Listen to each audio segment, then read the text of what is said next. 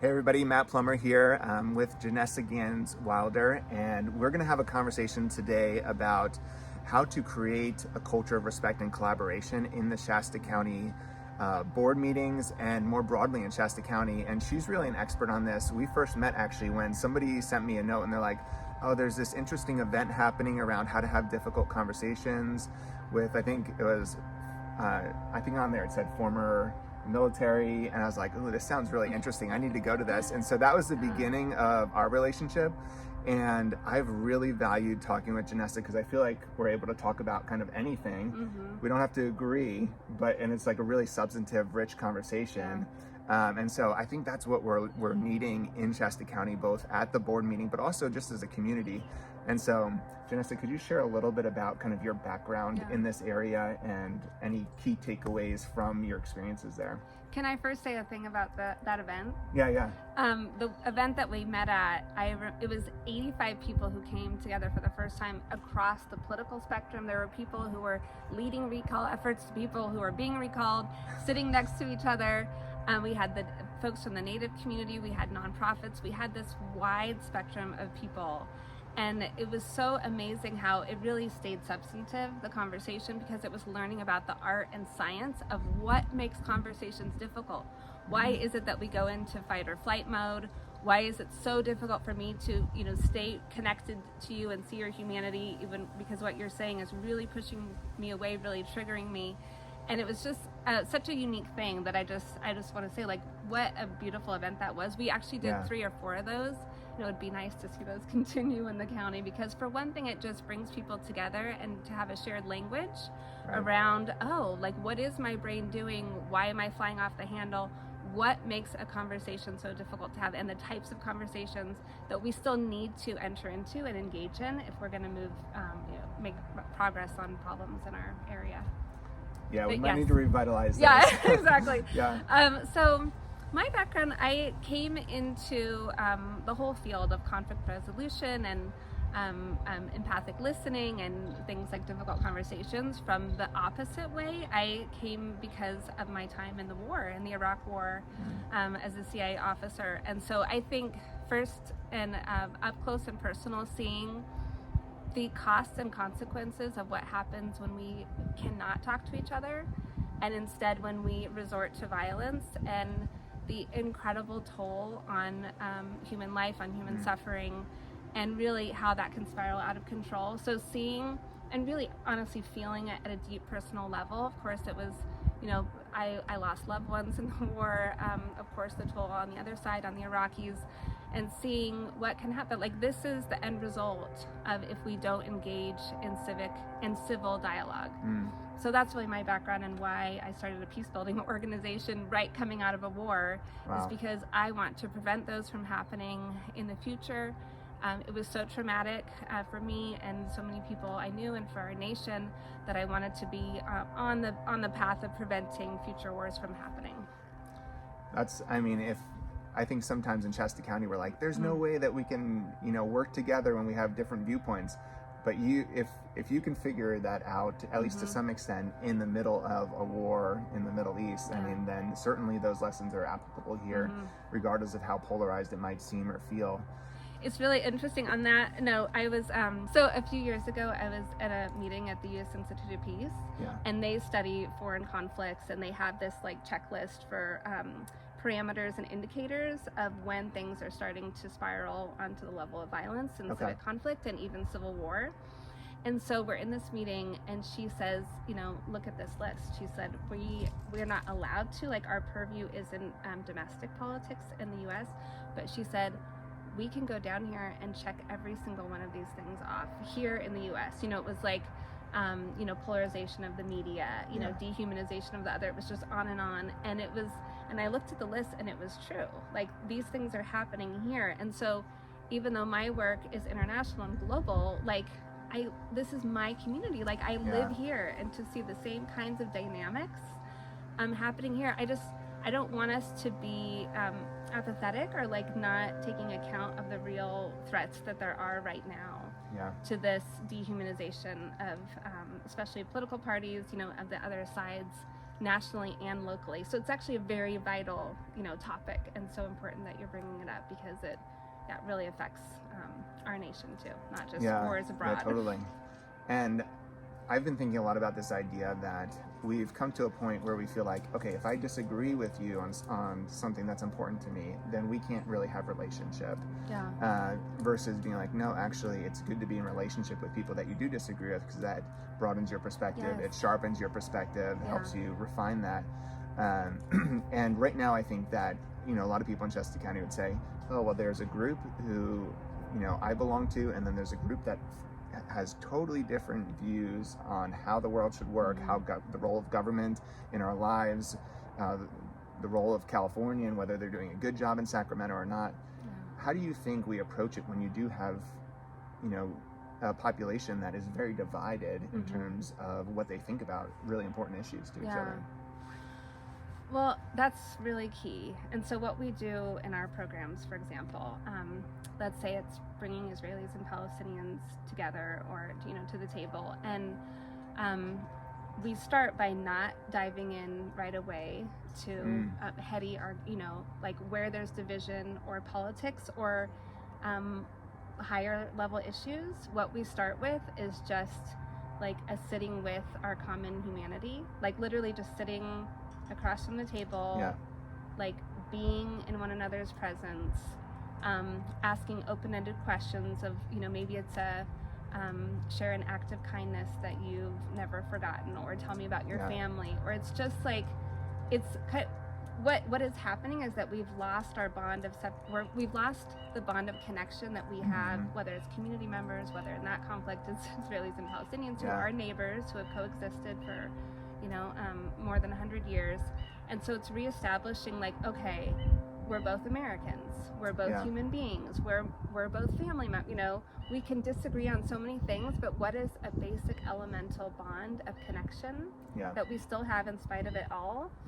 And so that's just, that's a really important starting point. And then maybe in a long time down the road, then you start to broach the more difficult topics, like the politics and because those are heady things, versus like we as human beings connect at our heart level, connect on like real levels, and then once that's established, then you can get into the areas that you disagree.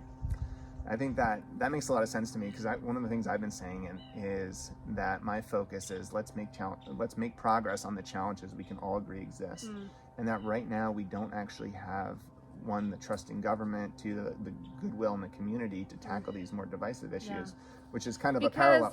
We're always attacking each other. So of course there's no energy left to problem solve when I'm like just so focused on you're the enemy.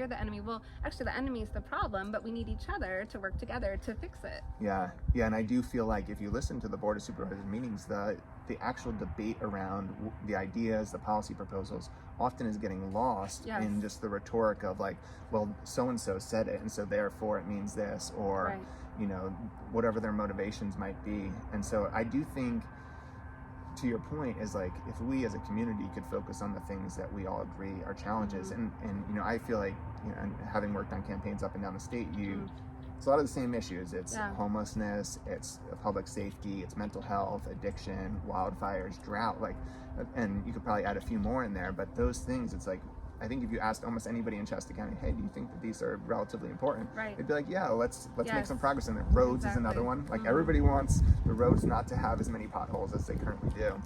And so there's a lot of things that we could actually find common ground on. And if we started making progress on there, and it'd be interesting to see kind of how, in the context of... She's like, I want to be in the common ground.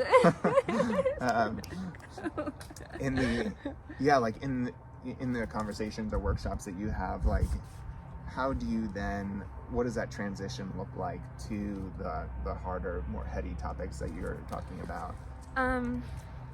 That's interesting, because we don't really tackle as much the politics. Well, when we do, it's as a consequence, and it's after the trust and the connection are built. Like, do you remember even in that difficult conversations workshop, he said, is it more important the relationship or more important to be right? Like, it's the relationship is always most important. Like, that's just essential. And so so much, and that's the part that usually we see as irrelevant. Like, forget about the personal stuff. We need to get down to business. Well, the business cannot be conducted until the personal is established. That's good. And so there's so much time and effort gone into sharing stories, building on that common ground, remembering our common humanity, seeing the other as a human being, and that they, you know, love this place or this, you know, community as much as you do, but they go about it in a different way. But it's just building on the common ground, that then actually the political disagreements by the time that you've reached that are so minimized and are so quickly resolved that it becomes like 10% of the time spent. And we go the reverse. No, that's fascinating. I think so play this out a little bit with because one of the things that I think some people feel is that they feel, and I've heard on both sides of the political aisle, but the other side is a threat to me or my way of life, to my family, to democracy, to our rural lifestyle here in Shasta County. If you're feeling threatened by the other side and you think that they're trying to harm what you feel is valuable, how do you suspend that in order to work on these relationships? Or what do you do with that you know, that's a deep-seated emotion that people are having. And I'm sure the same is true if you're trying to interact with in Israel and Palestine. And, you know, it's exactly this. So I want to mention these communication guidelines, and I'll just, as a preface, so I brought together, this was last week, an Israeli and a Palestinian peace builder. 100 people were on the call. I mean, this is the middle of the war. And the fear and trepidation going into this conversation, the Palestinian had several friends who were attacked just by appearing in an interview with Israelis. These, you know, obviously on the Israeli side, there's still hostages. There's so much trauma that has been triggered from the Holocaust. It was such a fraught conversation with, you know, and I was worried, like, am I going to create even more harm in bringing them together? I don't know what they're going to say. I cannot control how many people in the audience are going to be triggered. Like, it was just a very emotional thing. And I will just say that with some of these, when you create the right environment, instead of showing up in attack mode, instead of showing up defensively, and beforehand they were even saying, like, well, I need to, you know, be honest about the roots of this situation. I'm gonna, you know, be very clear. And what happened instead was the reverence that each of these people showed. That's the two. There's some background entertainment here. I know. The reverence shown, it went beyond respect. It was reverence for each other. One, they both said because of the courage it took both of them to come to the table. So there was this immediate respect and reverence for the other's courage in coming and having this conversation. And then just, it was, you know, throughout the conversation, it was just, it was the humanity shown, it was the respect, it was, I mean, we were all in tears, we were all so moved, and it was a beautiful unfolding when it could have been the opposite. It could have been so hostile. So I want to read some of these guidelines, because what I did at the beginning of the conversation, I said, okay, we all know this is very difficult, this is a traumatic time, this is very sensitive, there are triggers, you know, and yet we called it a courageous conversation. We are all going to enter into this courageous conversation, and we are going to enter into the circle of trust, not just the two of them, but everyone involved, because really inviting every single person with our own baggage and issues and sensitivities around this issue to come. I just want to say something on that, because when you said that, that triggered for me that, you know, in the board meeting context, you do have the public comment, who's speaking at the public comment, and then you have the board's reaction to that, but you also have everybody in the crowd, and they're often reacting either visibly or vocally, and that is affecting the environment in an important way. And so just that made me think, it's not just about who's speaking, it's about everyone there is part of contributing to how that culture and that environment is going to happen. Just like everyone is part of this community. Like we all have a responsibility to, and we all create the environment that is this community. So that's why we really did want to make it intentional that everyone is being invited into the circle of trust, and these are the guidelines that we're going to abide by. So there are 7. The first is that we give and receive welcome. So it's all about creating a hospitable space, because that's the kind of space where people learn best. Okay. We support each other's learning by giving and receiving hospitality. Imagine an environment where you pick up on a vibe like right away that you're not welcome. Yeah. You know, and so then you feel shut down, you feel ill at ease, you feel like othered.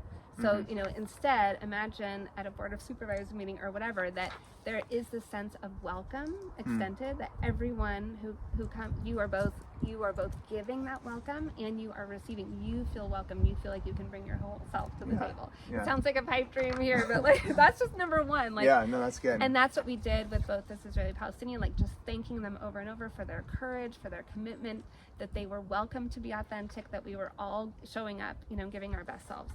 Okay, 2, that we are present as fully as possible. We're here with our doubts, our fears and failings, as well as our convictions, joys and successes, our listening as well as our speaking. So that's just like really coming in grounded in who we are, and that we're going to not, you know, be putting up a front. We're not trying to hide anything, but we're really being well, present. and I think that's an important point, because sometimes we feel, okay, well, if I'm going to collaborate with someone or be in relationship with someone who I disagree with, then I have to kind of hide my true opinions on things, or, you know, I have to somehow be untrue to myself. Yeah. But or I can't show any weakness, you know, like doubts or fears or feelings. No, we're with all of it. Yeah, because you're trying, because that, and I do see that where it's like, you're so intent on protecting our status and image that we're not willing to be like admit, oh, I was wrong about this, or you know, oh, that's a good point, even though I'm disagreeing with you. You've made a good point there. Yeah. So, yeah. And also the gift that is to give our full presence and our full listening to someone else. Like to actually be present and show up for this experience, for this moment, for this potential of what this could be. And so I just think, you know, it's an offering as well as presenting yourself as fully as possible. So 3 is kind of connected. It's we speak our own truth. So we, you know, we don't make broad generalizations. We're not trying to teach anyone anything. Like, we, you know, you speak in I statements rather than we or you statements. You're not trying to defend an entire group. So really, you know, again, back to what I said before, it's really so much about the personal connection. Like, imagine showing up from your own experience and speaking from your own heart. Yeah. This is how I, you know, really feel about this, and this is why it's important to me, and, you know, and not like, you Republicans feel this way, you liberals feel, you know, like, you know, imagine like just speaking into our own. No, that's good. In the same way, 4 is we listen receptively to the truth of others. So, you know, we can appreciate that they're also speaking their own truth and not saying, oh no, that's wrong, or no fixing or saving them or contradicting them, no correcting them. We take in whatever is said, which is like, imagine just instead of formulating your own argument or counter argument, like to fully listen to their truth that they are speaking from their heart. It's an amazing thing. That's an interesting one, because what I do see happening, both from people who are in the public comment and other supervisors, is there's this impulse to correct, like, oh, that's a lie, or, you know, that's not, you're not telling the truth, or that's fake news, or whatever kind of label you want to attach to it. And so how do you handle when somebody says something that you're like, oh, I don't think that's actually based in reality or, you know, facts, because I think there is an impulse right now to be like, no, I need to correct that. I need to, you know, clear the record. Yeah. In some of our programs, there is such a relief. Basically, we don't allow people to correct, or like these are the guidelines for all of our programs. Okay. And so you have to take whatever is said. If you need a moment, you can take a moment. You can, you know, have personal time. But people find that it is such a relief to actually allow, like, oh, this isn't necessarily the truth. This is their truth. This is their narrative. I have a narrative. You have a narrative. Everyone has a narrative. And so, like, to completely allow the truth of their narrative without needing to correct, that's their truth. Maybe it's not the truth, but maybe there's another time and a place to correct that. Maybe there is a way to correct that, but that doesn't impinge on their narrative or their truth. But it's to, like, and in the Israeli-Palestinian thing, it's always talked about in terms of narrative. Like, this is my narrative. This is because people know a narrative can actually be totally factual, but it's hit or miss. It like takes some truths and leaves out others, and so still, even if it's factual, it's still a narrative. It's still not a complete accounting of every little thing that happened and the thing that maybe someone else that understands it that way. So in that way, is there really a truth? There's always a narrative, even if it's factual. Well, and that's the thing. Like in my background, working nonprofit consulting type of things, where we use data a lot. It's like what you begin to realize is you can use data to make almost any point, and depending on how you cut it, how you analyze it, exactly. And I think what you're saying is but something it's true similar. Data, yeah, it's the actual numbers. Exactly. It's just you're showing a certain part of it, or you're manipulating that data in a certain way. And it sounds like you're saying something similar there. And that's why the back to the 3 is so important, because if you are just speaking from your own narrative and not saying this is the truth, we all believe this way, you all believe, well, that's not speaking your own truth. That is making generalized statements. So it's harder for the listener to really take in whatever, because you are pretending to speak for them, and you're pretending to know all truth. So like to actually, it's just on everyone. It's on the listener as well as the speaker. That's good. Okay, the 5 is we ask honest, open questions, which is something we so do not do. Honest, open questions are ones in which the questioner can't possibly know the answer, nor are they trying to guide the speaker toward an intended outcome. So not like rhetorical questions, but like honestly, like, how did you come by that understanding? Or or tell me more about that. Or like the questions that you really like are truly honest and open, and not just, how could you think such and such, They're just, it really invites the speaker into even exploring more truth for themselves, and a deeper understanding and awareness, and listening to their own inner teacher, which is a big I think that's so important in a few ways. I see it playing out. One is like, I've had when people react kind of defensively or offensively to me, and then if I ask a question versus making a statement, it totally changes the tone of the conversation. Because when I ask a question, then the person is thinking about, okay, what do I actually think about this? What do I actually feel about it? Versus how do I rebut or attack? And so I think that's so interesting. I mean, and so helpful. I think the other thing that I was thinking about is, if we actually are trying to get to the best answers for the community, then we understand that the most information from the broadest segment of the community is actually what will lead us to the best answers.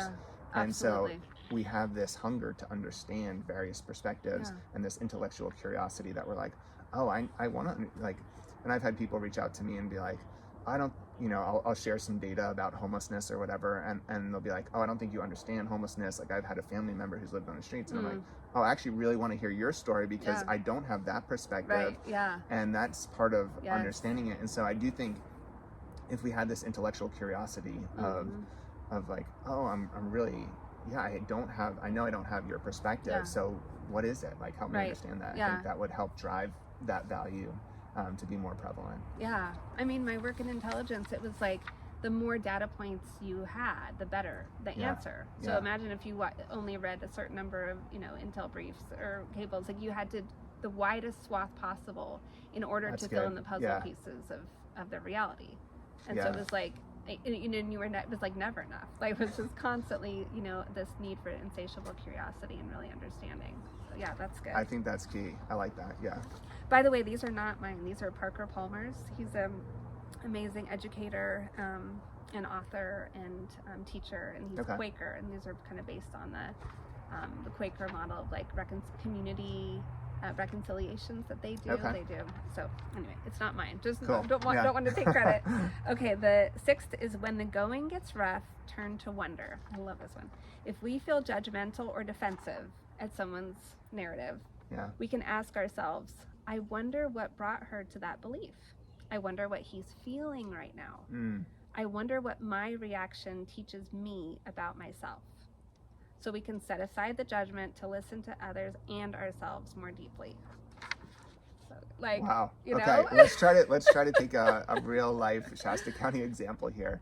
So if somebody gets up there and they're like, the election that just happened yesterday in Shasta Lake was fraudulent, it was stolen, that's not how could someone who's like, no, it definitely wasn't stolen, like the machines counted it and we're good to go and we should move forward. How could somebody use wonder? And I'm putting you on the spot, but how would you, because I'm sure that people are going, like the next board meeting, I'm sure this is going to happen. People are going to be like, on both sides, the election was stolen, the election wasn't stolen, we shouldn't have had machines counting, we should have hand counted, whatever. If somebody says something that you're like, I don't agree with, how would you step into wonder in that moment? So in that moment, as the person is speaking, I would tune in to my body, I have noticed my breath getting short. I noticed my blood boiling. I noticed I'm sitting on the edge of my chair. I'm in attack mode. Like, I just can't believe I don't know, whatever the argument is, that they're voicing that opinion. And this has happened to me so many times. I know this feeling very well. And then instead, what are you gonna do? Rush him on the stage? Make a pop? Then are you gonna Don't do that, by the way. Right. Are you gonna add to the heat of the moment, or can you turn that inward and oh my gosh, I notice I'm really reacting to this. I wonder what that's about. Is it because I really want the results to be respected? Is it because I'm afraid for the fallout of the local school district and the impact on my kid? Just take that energy and scan and notice what emotions are coming up. And then I wonder, then noticing the speaker, I wonder wow, they're really agitated. I wonder why they feel so strongly about that. I wonder, what they've thought about past elections, and if this is just the latest for them in an iteration. The wonder is basically to not be lost in the moment and be unconscious, but to be conscious, and then turn the consciousness to inquiry about them, about the moment, about wow, how else are other people picking up on that, and I wonder, what that's going to do to the collective, and how can I just not add to the blood boiling of the collective too. The more each of us turns to wonder, it actually has a cooling effect on the whole thing. That's good. Which is huge. The other kind of wonder that I was thinking about was, I like to think of the frame of, okay, yes, different sides have different perspectives, and they have different desires of the end state. I'm sure this is true of Israel and Palestine when you're having those conversations, but I often think about I wonder what could be a win-win. Okay, they're expressing this strong viewpoint, I have this strong viewpoint. That's amazing. It would be great for me to have what I want 100%. I'm sure they want what they want 100%, but is there a path that actually is a win-win where we're not going to get everything that we want, but that we both sides feel oh, I got something good out of that. And I feel that's actually the harder work. It's easy to be oh, I just want what I want. But if we can step into that space of what could actually satisfy the person on the other side and still feel good to me, I don't know. So that is a whole other level, because that is going beyond, that's picking up, that's noticing the emotions, but also tapping into what is the need underlying driving those emotions. And I don't know how you get to that without further questioning and the relationship and the trust and all that, but to be able to discern beyond the bluster of the emotions, but what is the need that person's actually articulating? Because of course there's a way to meet, because usually our needs are the same, and there is common ground among the needs. There's not common ground again among the reactions or the the triggers or the opinions, but amongst the needs, there always is the foundational win-win solution. So to tap into that and not get blown away by the emotions, and then to tap in, what is really my need? It's actually fear that blah blah, and then you can tap in. That's a whole other level. Because I think that we often think, oh, if I can just get what I want, that will be good. But what we see in politics is that whenever there's a step in one direction, there's often an equal and opposite reaction if the other side is disrespected. And so it's okay, you might get 100% of what you want, but what is going to happen when that next group gets more power? Not for long. Then they're going to flip it and reverse it. So if we could actually pursue paths that satisfy to some extent, the majority of the population, then we wouldn't have this kind of tossing and turning and this agitation that's going back, but we could actually have more stability in the sense of where we're headed. This brings up maybe related, but maybe not. I was listening to this TED Talk the other day, and it was on compassion versus self-esteem. And she said they've been tracking levels of narcissism in schools for, I don't know, past 30, 40 years, and it's the highest levels that it's ever been. Okay. And that the researchers have tied it to the self-esteem movement, because self-esteem is all about puffing yourself up, making yourself better, having higher, which means you have to lower someone else's, that they have to be lower than you. I'm the important one, I'm special, so you're not as special, you're not as important. Yeah. And that when we bring that to the political sphere or the community sphere, if we're all just like, I'm better than you, then not only are you lower, but then it starts to, not only are you lower, but you're, you actually want to destroy what I hold dear. You're actually against me, you're an enemy, then you're dehumanized. No, you're the problem. Instead of no, actually we're fellow community members, we're in this together. The problem is out here. But then it kind of leads again to that attacking and to the, to just and to then in politics when we see in the national, okay, we're going to score here. And then it's one is always pitting themselves above the other instead of working together to solve the actual problem. Yeah, totally. And I think that when politicians focus on getting elected and consolidating power within their own political party, or let's even call it political tribe, because it might not always be the full party, then what happens is you're always, like you said, you're always trying to take action to increase the power of your political tribe or party. Right. Versus above the interests of the whole. Right, which is, and there's a perception that it's a zero-sum game. It's either I increase in power or they do, so I need to make sure that I am. Yeah. Versus the goal of government, which is to serve the people and deliver a benefit to them. It's if we focused on the that. The whole of the people. Yeah. Not just your tribe. Right, exactly. Right. Yeah. Okay. We have one more? Or we have two one more? more, and it's an easy one. Okay.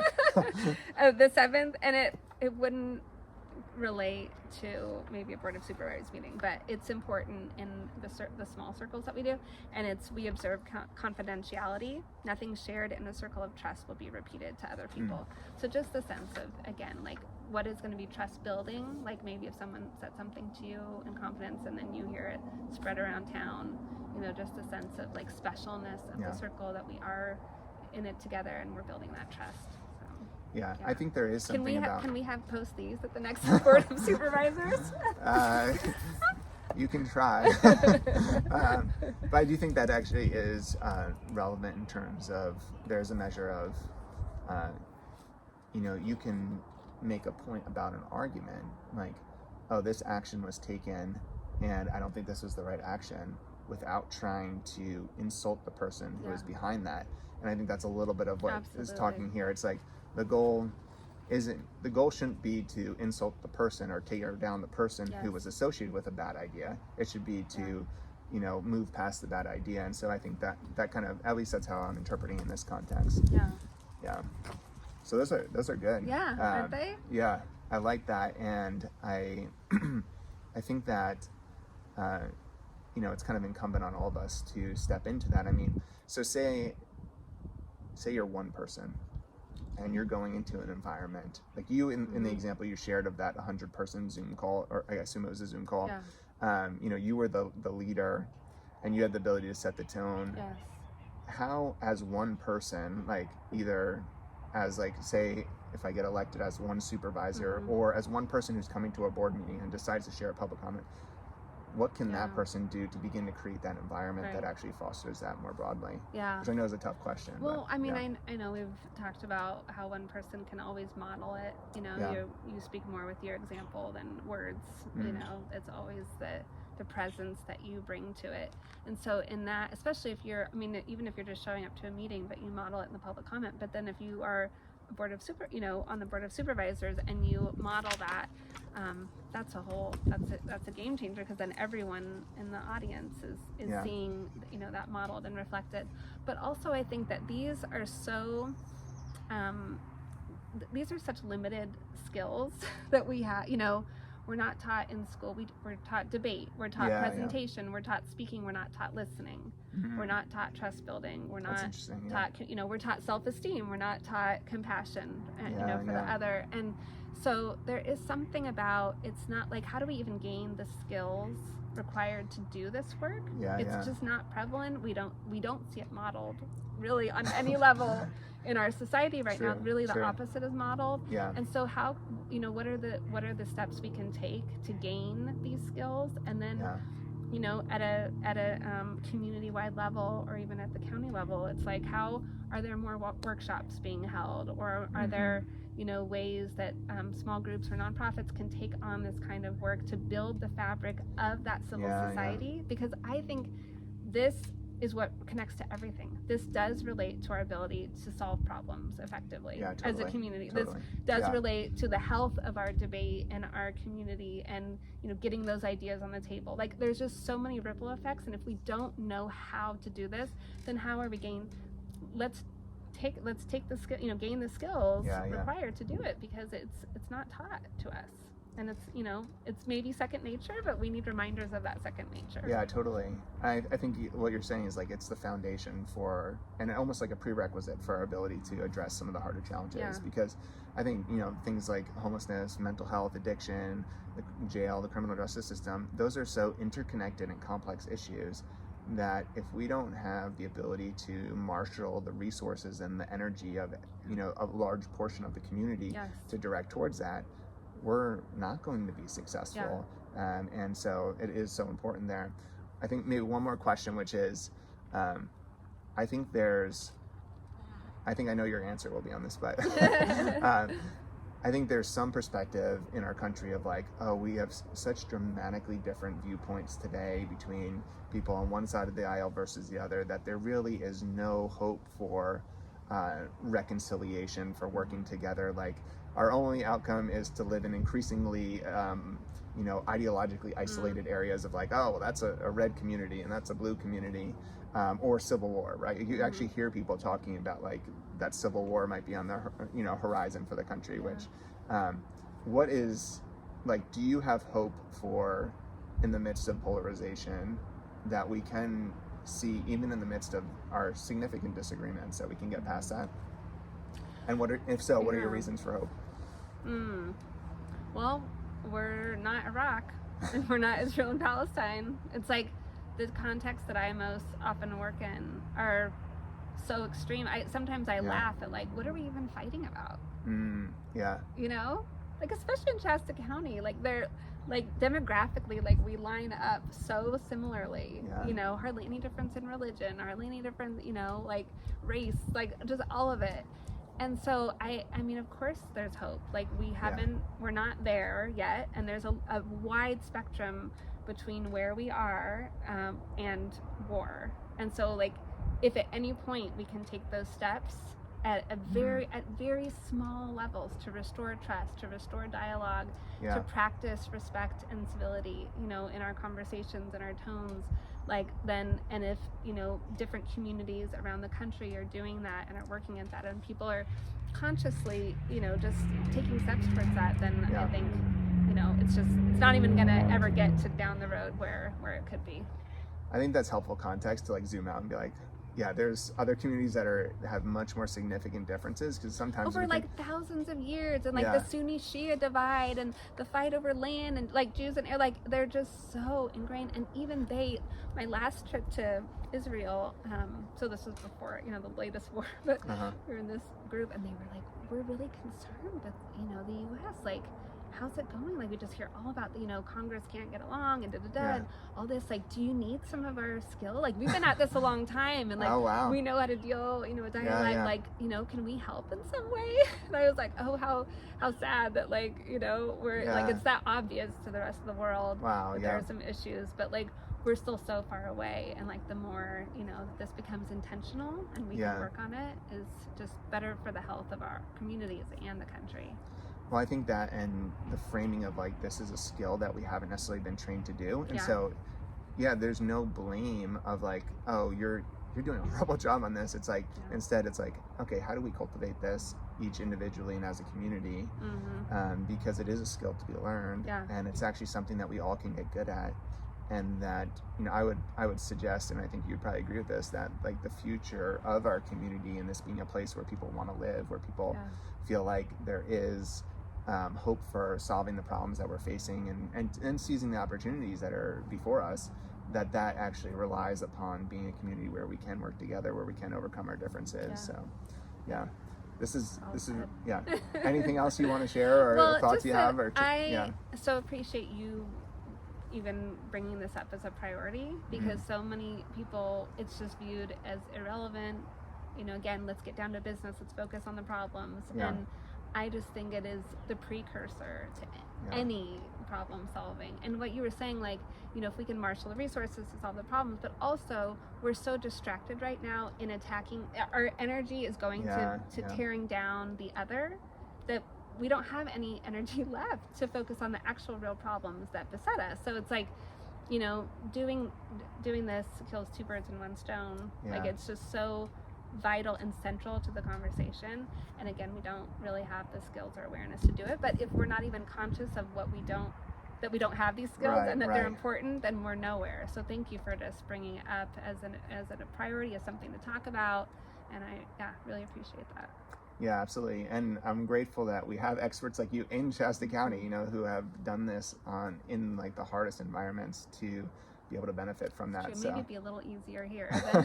Yeah, absolutely. So I think I'm left feeling like, one, there's hope for Shasta County. We're not in a state where of Israel, Palestine, Gaza Strip, where even those people are coming together and they're finding a way to talk in the midst of a war, an actual war going on. And also this showing reverence for each I mean, other. that's crazy. I wish I could have been on the call just to experience. I'll send you the recording. Okay, because I think that shifts things when you do have that kind of joint experience of that, and I would like to see that. Imagine if you could go into a Shasta County board meeting and feel reverence for each other and for the community. I mean, it was truly mind-blowing. That would be. But it shows you what's possible. Yeah, that's amazing. Well, thanks, Janessa, for doing this. Yeah, awesome. Thanks, everybody, for tuning in, and would love to hear your thoughts on this. What have you experimented with along these lines? To use maybe, and tell me if I'm misquoting your tool, but to speak your truth of like what has been your experience as you've tried to navigate this and experience it. So feel free to send me an email or drop in the comments. And if I can't answer it, I'll ask Janessa how to respond to it. But yeah, thanks, everybody.